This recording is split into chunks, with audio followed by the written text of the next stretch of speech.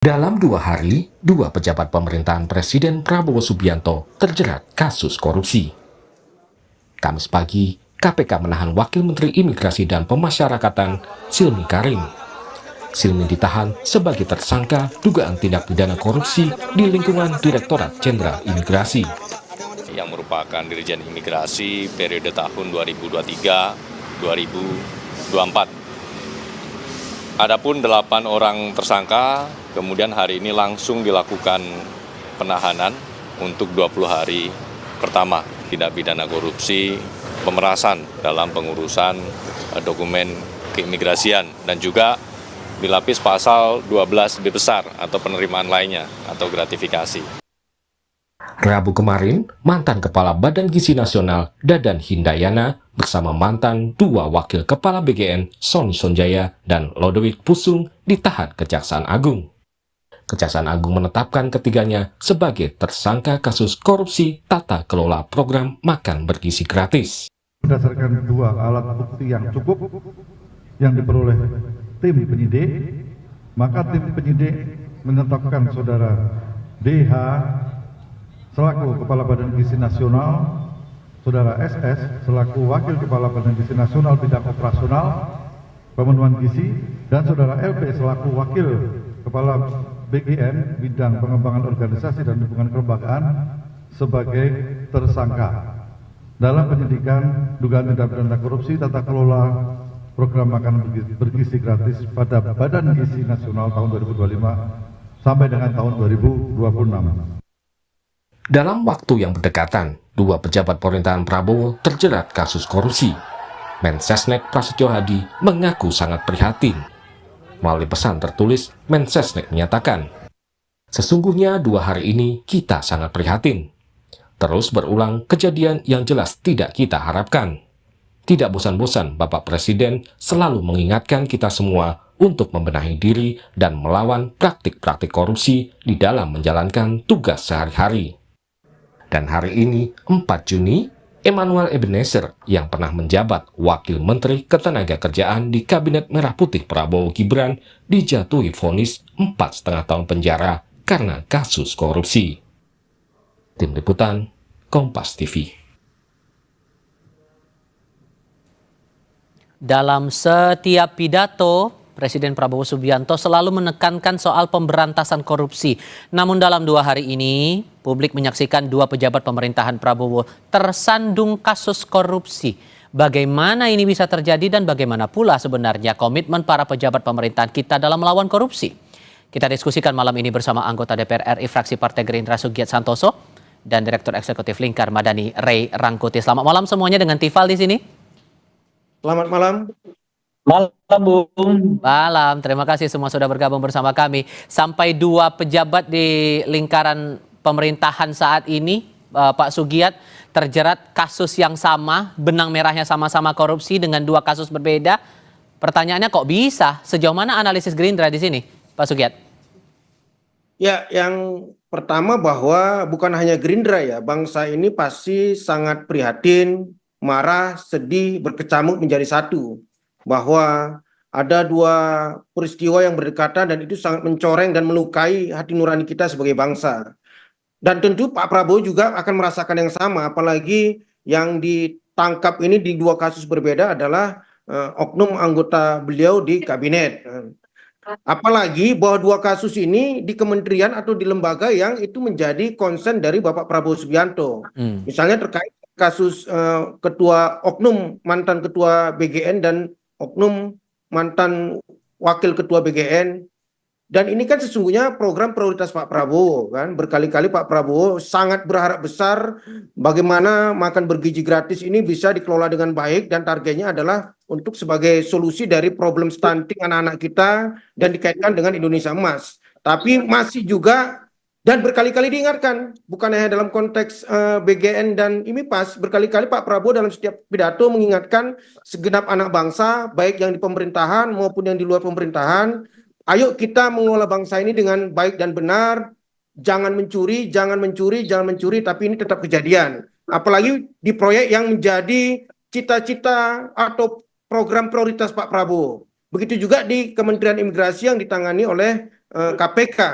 Di saat Pak Prabowo sedang membangun konsolidasi diplomasi di luar negeri yang kokoh untuk kepentingan bangsa, tapi di dalam negeri ada oknum aparaturnya itu malah memeras warga negara asing. Ini kan pasti mencoreng nama Indonesia di mata dunia.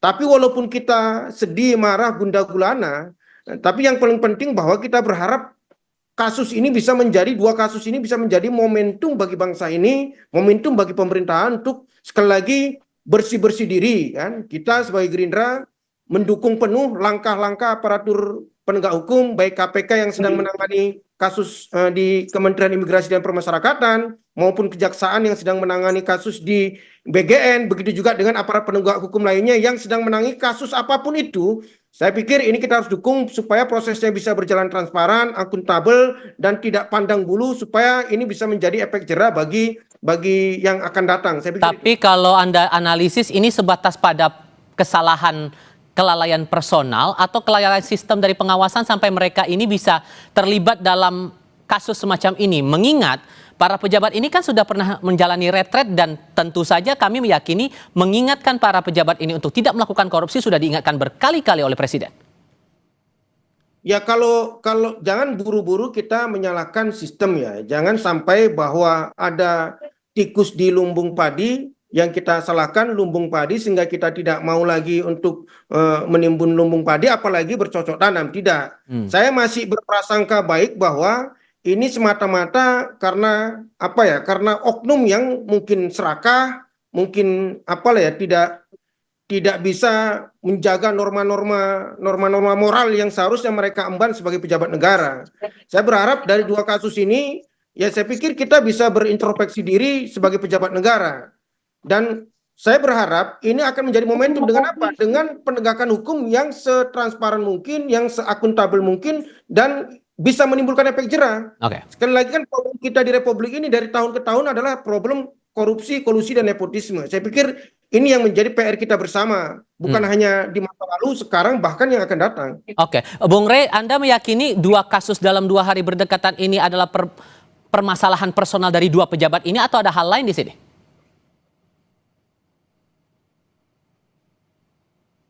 Saya kira ada 3 hal yang mendasar. Pertama adalah proses rekrutmen yang dilakukan oleh pemerintah terhadap calon pejabat negara itu ya.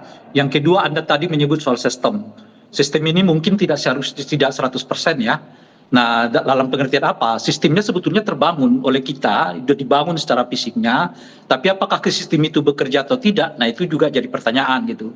Nah, yang ketiga adalah soal tentang integritas ya, integritas orang yang dimasukkan ke dalam struktur pejabat negara ini gitu. Nah, tiga-tiganya saya kira saling terkait ya. Misalnya begini, kalau sekiranya dalam hal sistemnya, kalau sekiranya anggota DPR kita sejak dari awal ya, dari dahululah keras ya terhadap pejabat negara yang sekarang disangkakan sebagai melakukan tindak pidana korupsi, saya kira nggak perlu ada perjalanan sampai sejauh ini. Nah, cuma kan kita nggak melihat misalnya di DPR itu ada satu kritik ya yang sangat keras kepada saja misalnya ketua BGN ya atau BGN secara menyeluruh gitu atau imigrasi secara menyeluruh terkait dengan apa yang sudah menjadi pembicaraan publik gitu. Ini kan dua instansi yang sebetulnya ramai sekali diperbincangkan oleh publik secara menyeluruh ya kan. Entah gambaran tentang bagaimana orang keracunan ya, gambaran bagaimana gizi yang muncul di MBG, termasuk kesulitan orang, permainan orang di lingkaran imigrasi gitu. Itu sudah sangat jamak ya kita pantau, kita lihat, kita tonton di berbagai plat media sosial. Tapi kenyataannya tetap berlangsung seperti yang sekarang ini gitu. Oleh karena itulah ya ada unsur pengawasan yang luput, ya ada unsur rekrutmen pejabat negara yang menurut saya sih kalau bisa sebelum sembrono ya sembrono gitu. Dan yang ketiga memang ada kaitannya dengan integritas orang per orang gitu. Termasuk tadi yang disampaikan oleh Presiden, dia sebetulnya tidak sampai hati untuk bisa mengganti orang yang ia percayai, yang ia sayangi di jajaran Badan Gizi Nasional itu ya, Bung Rey. Makanya kemudian sampai akhir diambil sikap seperti ini, itu sudah langkah tepat menurut Anda, Bung Rey? Atau ada hal lain rasanya yang perlu secara mengakar diperbaiki di sini? Ya, ini langkah yang tepat. Tetapi menurut saya kalau selalu begini kan akan banyak korban gitu ya. Akan banyak orang-orang baik di Republik ini yang terus-menerus jadi tersangka lah, jadi inilah. Kan kita nggak mau begitu gitu. Nah oleh karena itu ya memang 3 hal itu menurut saya harus diperbaiki sejak dari awal. Pertama adalah bagaimana Presiden melakukan rekrutmen terhadap calon-calon pembantunya itu, apalagi di aspek yang paling mungkin ya, pejabat-pejabat ini ngelola negara. Anda bisa bayangkan BGN itu ngelola 360.000 sekian triliun ya per tahun itu dengan pengawasan yang relatif minimal. Ya kan pengawasannya hanya datang dari internal pemerintah dan ataupun dari DPR itu. Ya itu kalau DPR-nya bekerja. Sejauh ini kan kita nggak melihat DPR-nya itu cukup aktif ya untuk melakukan pengawasan terhadap BGN ini lah misalnya. Ketika muncul isu soal trail misalnya kan dipertanyakan, nggak diminta oleh DPR itu misalnya untuk dihentikan dulu. Ketika muncul isu soal banyak sekali orang-orang di lingkaran BGN-nya yang memiliki SPPG dan itu juga nggak dipersoalkan oleh DPR secara ketat ya di apa namanya itu ya di lembaga legislatif gitu. Jadi Pak Sugiat silakan menanggapi karena ada menyinggung DPR di sini Pak Sugiat. Ya, yang pertama sebelum kami membahas apa yang menjadi penyampaian dari Bang Rey tadi, kalau kita cermati apa yang disampaikan oleh Pak Prabowo sebelum peristiwa ini terjadi, sesungguhnya Pak Prabowo juga sudah melakukan proses sebagai pemimpin ya, sudah melakukan proses pengawasan. Beliau kan dari informasi yang tersampaikan ke publik bahwa beliau juga ketika ada masukan informasi, data, fakta-fakta terkait misalnya dengan penyelewengan di BGN, beliau panggil BPKP, beliau panggil PPATK untuk meng-cross-check data seperti ini, apakah benar, lalu kemudian terjadilah seperti yang sekarang terjadi, dicopot dulu sebagai ketua BGN, sebagai wakil ketua BGN, lalu kemudian aparat penegak hukum, kejaksaan, masuk untuk memeriksa laporan-laporan yang sebetulnya sudah nyampe ke Pak Prabowo. Tapi kalau dalam konteks rekrutmen kepemimpinan di tingkat eksekutif, misalnya di tingkat menteri, ya sepanjang yang kami ketahui bahwa Pak Prabowo sudah melakukan proses rekrutmen yang sangat prudent, misalnya berhati-hati. Setiap pejabat negara yang akan dilantik menjadi katakanlah menteri, wakil menteri, kepala badan, itu kan sesungguhnya sudah melalui proses interview, menandatangani fakta integritas untuk bekerja secara baik, tidak korupsi dan sebagainya. Tapi kalau memang dasarnya dia serakah, punya bakat jadi maling, Bang Ray. Kalau maling itu nggak bisa masuk pintu belakang, bisa masuk pintu jendela. Ya saya pikir beginilah. Ini saya sekali lagi ini menjadi pelajaran besar bagi katakanlah pemerintahan Pak Prabowo dan kita semua. Terkait misalnya dengan tata kelola MBG yang seperti dikatakan oleh Bang Ray tadi, bagaimana membuat sebuah tata kelola yang itu akuntabel, transparan, dan kepala BGN yang baru kan Mbak Nani Esdiang itu saya berharap integritasnya kuat dan punya kemampuan untuk katakanlah memimpin BGN untuk lebih baik. Begitu juga misalnya di Kementerian Imigrasi dan Permasyarakatan. Ini juga menjadi momen bagaimana tata kelola keimigrasian kita itu bebas pungli, bebas pemerasan dan sebagainya. Sudah ada dasar kehati-hatian di situ Bung Rey, harusnya kan nggak jadi masalah dong kalau begitu. Iya kan sebetulnya makanya nggak akan kejadian kalau apa yang disebut dari awal itu ada. Itulah pentingnya tadi disebutkan fit and proper test, wawancara. Dari situ sebetulnya kita udah mengerti orang ini calon kemaruk apa enggak, orang ini dapat dipercaya apa enggak, orang ini punya track record yang bagus apa enggak gitu. Tapi mungkin itu dilakukan ya, tapi prosedural aja, dilakukan aja gitu. Boleh jadi bukan menjadi bahan pertimbangan yang sangat serius, meskipun prosedurnya dilakukan sama. Seperti yang kita lihat sekarang, BGN-nya dipanggil nggak sama DPR ya dipanggil gitu ya. Dirjen imigrasinya dipanggil ya dipanggil. Terkadang terjadi rapat-rapat yang sangat keras ya di DPR itu. Tapi kok kelihatan nggak ada impact-nya di lapangan? Apa sebenarnya yang terjadi? Kan itu pertanyaannya. Nah itulah yang saya sebut kadang-kadang kita menikmati show gitu ya.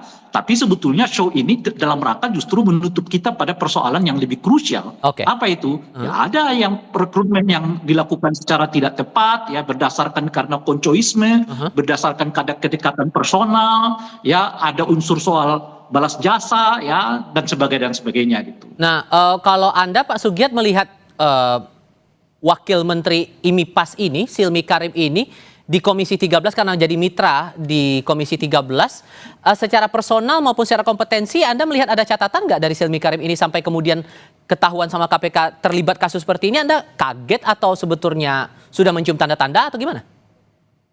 Ya, sebetulnya perlu kami sampaikan juga ke publik, misalnya terkait dengan kinerja Komisi 13 yang bermitra dengan Kementerian Imigrasi dan Pemasyarakatan.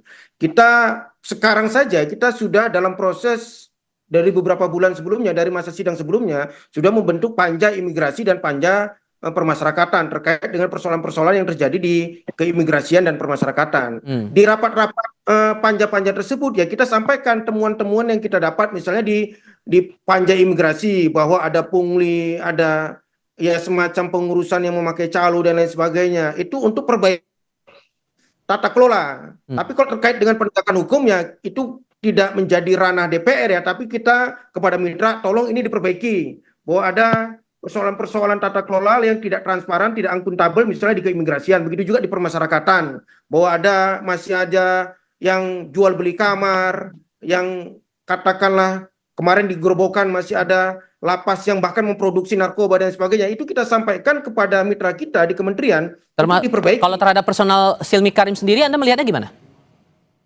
Saya masih ingat betul misalnya beberapa bulan yang lalu sebetulnya kita sudah mendapat laporan misalnya terkait dengan ya ada semacam kasus peristiwa seperti ini juga lah kan. Tapi waktu itu kan kita tidak bisa langsung menginvestigasi seperti investigasi aparat penegak hukum.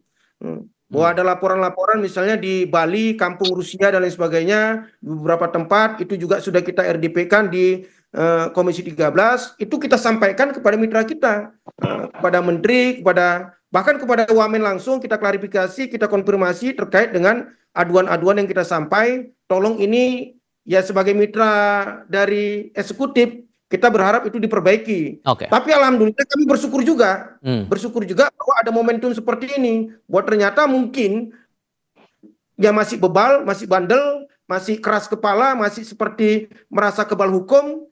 Saya apresiasi kepada penegak hukum kita, KPK, Kejaksaan yang bergerak cepatlah sebelum kanker korupsi di masing-masing kementerian dan lembaga ini semakin meluas dan tidak bisa tertolong lagi. Saya berharap dua peristiwa ini, selain peristiwa yang terjadi pada Kementerian Tenaga Kerja, mudah-mudahan ini bisa menjadi momentum kita untuk sekali lagi berbenah. Pak Prabowo kan berkali-kali, jangan bermain-main dengan uang negara, jangan bermain-main dengan rakyat. Saya pikir ini warning yang berkali-kali disampaikan Presiden. Kalau ada menteri, wakil menteri, kepala badan yang masih menganggap sepele sinyal warning yang disampaikan Pak Prabowo, saya yakin dan percaya KPK, Kejaksaan, Kepolisian dan aparat penegak hukum lainnya, saya pikir akan menyikat mereka dalam tempo yang secepat-cepatnya. Dalam tempo secepat-cepatnya, evaluasi bersih-bersih ini apakah sampai pada reshuffle dan evaluasi besar yang diharapkan ini apakah sampai ujungnya ke situ? Kita akan bahas itu nanti di segmen berikutnya. Kita jeda dulu, tetap di Kompas TV.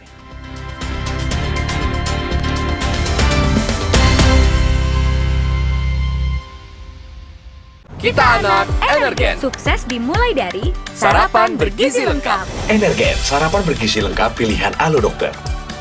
Ayo minum Energen. Kita anak Energen. Gurihnya creamy latte, kalau belum coba, pasti nggak nyangka. Terbuat dari kopi grade Brazil dan susu New Zealand, bikin kopinya gurih. Iya, gurih. Penasaran kan? Coba deh, pasti nggak nyangka. Creamy latte, kopi latte, gurih. Le Mineral ada segelnya, jadi aman dari debu. Le Mineral tuh lebih seger, kayak ada manis-manisnya gitu. Kayak kamu. Le Mineral. Mama Lime Grade, pencuci piring dari tumbuhan 100% food grade dengan Natura Plant Essence. Mama Lime Grade efektif angkat lemak piring bersih kesat. Tangan tetap lembut. Juga efektif bersihkan kotoran dan bakteri di buah sayur. Mama Lime Grade, pencuci piring dari tumbuhan. Lime. Kalau misalnya yang biasa aja, kayak gini nih. Tapi kalau yang spesial, mie sedap kari kental spesial. Resep baru. Wah, makin kental, rasanya makin spesial. Full of flavor. Cobain deh resep baru mie sedap kari kental spesial dari Wings Food. Kopi hits nomor 1, ya Top Coffee Gula Aren. Gak cuma FOMO-FOMOan. Kopi, susu, gula aren, gak blend. Make it so legit. Aromanya aja nikmat, kopinya dendang. Gula arennya legit, perfectly blended. Ini Top Coffee Gula Aren. Legitnya gokil. Bikin kreasi kopi lo never fail. I told you so. Top Coffee Gula Aren. Kopi hits Nomor 1 favorit semua dari Wingswood. Ini cerita aku bareng Isoplas. Banyak aktivitas bikin aku kehilangan ion, jadi dehidrasi. Isoplas dengan 7 ion, cepat diserap, tubuh terhidrasi, cepat beraktivitas lagi. Hidrasi cepat, jaga performa. Dari Wingsfood. Kenapa gigi harus kuat, Pak? Gigi kuat itu penting. Pakai Ciptaden Maxi 12 Plus dengan 3 keunggulan. Aktif fluoride, enamelok, dan antibakteria. Gigi 12 kali lebih kuat, mulut sehat. Cing, cing. Ciptaden Maxi 12 Plus. Gigi kuat, gigi Ciptaden. Di Suci, di komen YouTube banyak yang komen Eja calon juara. Lu tahu gue stand up pas di Suci. Yang tahu gue awal stand up kayak gimana? Istri gue doang. Aneh gue stand up. Gue pernah stand up kayak gini. Nih. Tuh. Masih mau bilang lu the next Ridwan Remin. Suci 12 Grand Final Sabtu 6 Juni pukul 9:30 malam.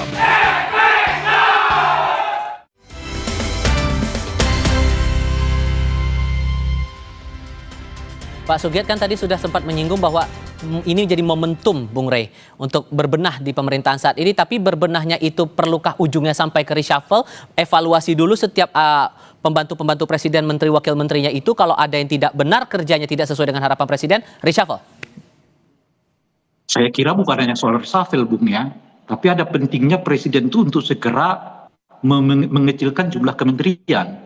Sekarang ini kan hampir dengan ini ya, dengan wakil menteri semua, totalnya hampir 100 orang kan. Itu pengawasannya minta ampun tuh, luar biasanya gitu. Kenyataannya pada level-level sekarang ini, pada level-level di bawahnya yang kena gitu. Ya sekarang kan misalnya wamen dari imigrasi. Dan pemasyarakatan. Sebelumnya kan Bung Noel, ya kan juga posisinya hampir kurang lebih sama, wamen juga gitu. Ya artinya apa gitu? Artinya level pengawasannya makin ke bawah kelihatan makin merosot nih. Jadi kalau menteri-menterinya mungkin masih bisa diawasi oleh presiden, tapi bagaimana level paling bawahnya gitu.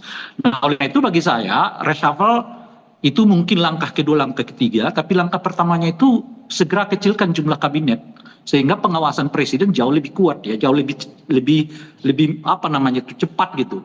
Jadi nggak hanya di level satunya sekarang, kalau dia jumlahnya diperkecil, kan bisa sampai ke level kedua, bahkan bisa sampai ke level ketiga. Itu yang pertama. Nah yang kedua, tentu kita berharap bahwa pengawasan di luar pemerintah lebih optimal. Dalam hal ini ada DPR kan. DPR ini apa istilahnya itu kan sekarang kelihatan jauh lebih presiden oriented gitu loh kira-kira ketimbang rakyat oriented gitu. Kita kan melihat misalnya ada ketua Komisi 3 yang berpidato sampai 2 kali membela pemerintah gitu. Tapi kenyataannya kan terjadi seperti yang sekarang gitu ya. Nah yang ketiga menurut saya adalah harus ada orientasi dari pemerintah juga. Dan dalam konteks penegakan hukum. Sekarang ini kan kelihatan jauh lebih terorientasi bagaimana menghadapi para kritikus penegak hukumnya. Bukan menghadapi para koruptor gitu. Nah oleh karena itu mungkin presiden harus ingatkan baik ke polisi maupun kepada kejaksaan ya yang tentu di bawah kekuasaan beliau di luar KPK itu harus lebih berorientasi untuk mengejar para koruptor, bukan mengejar para aktivis yang kritis dengan dalil-dalil yang diperbuat-buat seperti yang ditimpakan sekarang ini kepada Profesor Saiful Mujani yang hari ini melakukan diundang untuk diperiksa oleh polisi misalnya gitu. Jadi kalau tidak dilakukan 3 hal ini, saya kira kisah ini kisah berulang aja. Imigrasi seperti tadi Bung Sugiat sudah menyebutkan kan, misalnya ada di dalamnya praktek narkoba, ada jual beli kamar, itu dari dahulu udah terjadi. Lo kok kenapa nggak ada perubahan sampai sekarang kan misalnya kan begitu gitu. Nah, Pak kan Sugiat, aneh itu sebetulnya. Oke, Pak Sugiat, sebetulnya kan tadi sempat disinggung oleh Bung Rey. Sorry, saya salah dulu. Saya kasih giliran ke Pak Sugiat. Karena sudah disinggung masalah jumlah kabinet yang perlu dievaluasi ulang. Menurut Anda itu hal yang cukup realistis untuk jadi bagian dari evaluasi itu? Saya masih berpikir bahwa berpedoman kalau terkait dengan reshuffle, terkait dengan berapa jumlah menteri, jumlah kabinet yang akan membantu presiden, bahkan siapa-siapa orangnya itu menjadi otoritas kewenangan presiden sebagai orang yang memang menggunakan itu. Tapi yang dari kasus ini saya tidak ingin masuk ke poin itu. Saya ingin masuk ke poin bahwa ternyata presiden itu tidak melindungi bawahannya. Ini kan kepala BGN kan ini dianggap sebagai kepala badan yang dianggap publik paling dekat dengan presiden. Kalau kita lihat kronologisnya, itu kan proses di kejaksaan dicopot dulu oleh presiden, kepala badan gizi nasionalnya dan 2 wakil kepala badannya. Itu menunjukkan bahwa presiden tidak tebang pilih, tidak mau tidak mau melindungi bawahannya yang memang menang berdasarkan informasi yang sudah didapat, itu menyalahi hukum. Itu menjadi warning, sekali lagi menjadi warning kepada siapapun menteri, kepada siapapun wakil menteri, kepada siapapun kepala badan. Jangan kau merasa GR dekat dengan presiden seolah-olah kau bisa sesuka hati melaksanakan kegiatanmu atau katakanlah melakukan korupsi.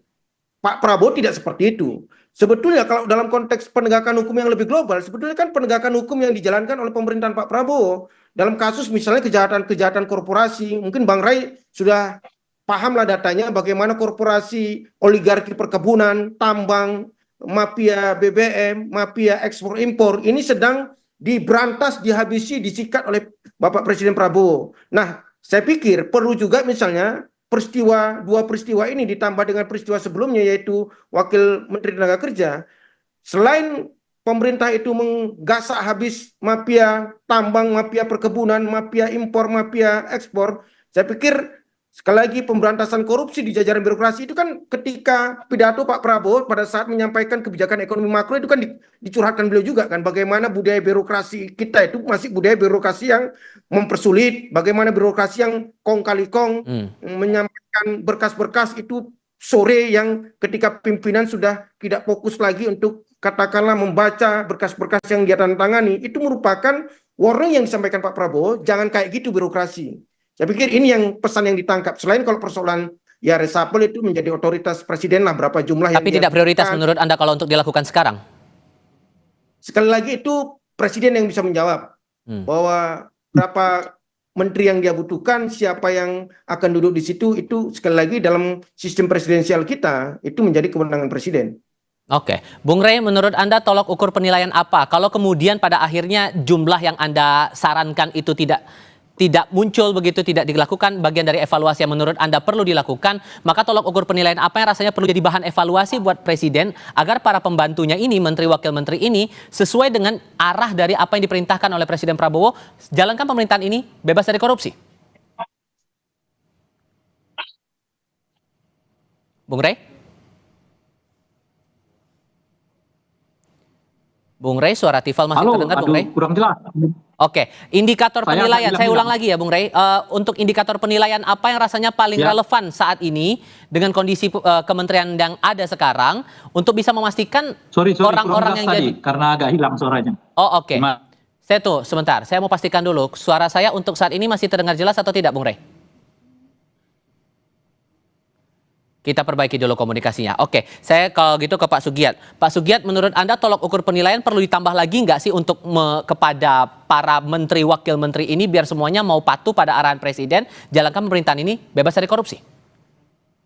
Ya saya pikir kalau dalam teori kepemimpinan, Pak Prabowo pasti pahamlah bagaimana merekrut orang-orang yang bisa dianggap untuk mengeksekusi kebijakan-kebijakan beliau yang itu sangat strategis misalnya. Pasti parameternya adalah kapasitas, integritas, dan yang paling penting adalah loyalitas. Saya pikir itu. Tapi saya sekali lagi izin Kompas kalau terkait dengan reshuffle dari momentum ini itu menjadi kewenangan presiden lah. Saya ingin momentum ini terlalu receh kalau kita isunya reshuffle, tapi bagaimana penegakan hukumnya? Penegakan hukum ini yang kita harapkan betul-betul juga transparan oleh lembaga penegak hukum, Kejaksaan Agung maupun juga dari KPK yang mengusut 2 kasus yang berbeda ini. Pak Sugiat, terima kasih sudah mau bergabung diskusi bersama kami. Sebelumnya juga ada Ray Rangkuti yang sudah bergabung dalam diskusi kali ini. Sehat selalu Pak Sugiat, selamat malam, assalamualaikum. Selamat malam. Sesaat lagi di Sapa Indonesia Malam, polisi menangkap pria berpistol penganiaya pasangan suami istri di Medan, Sumatera Utara. Tetap di Kompas TV.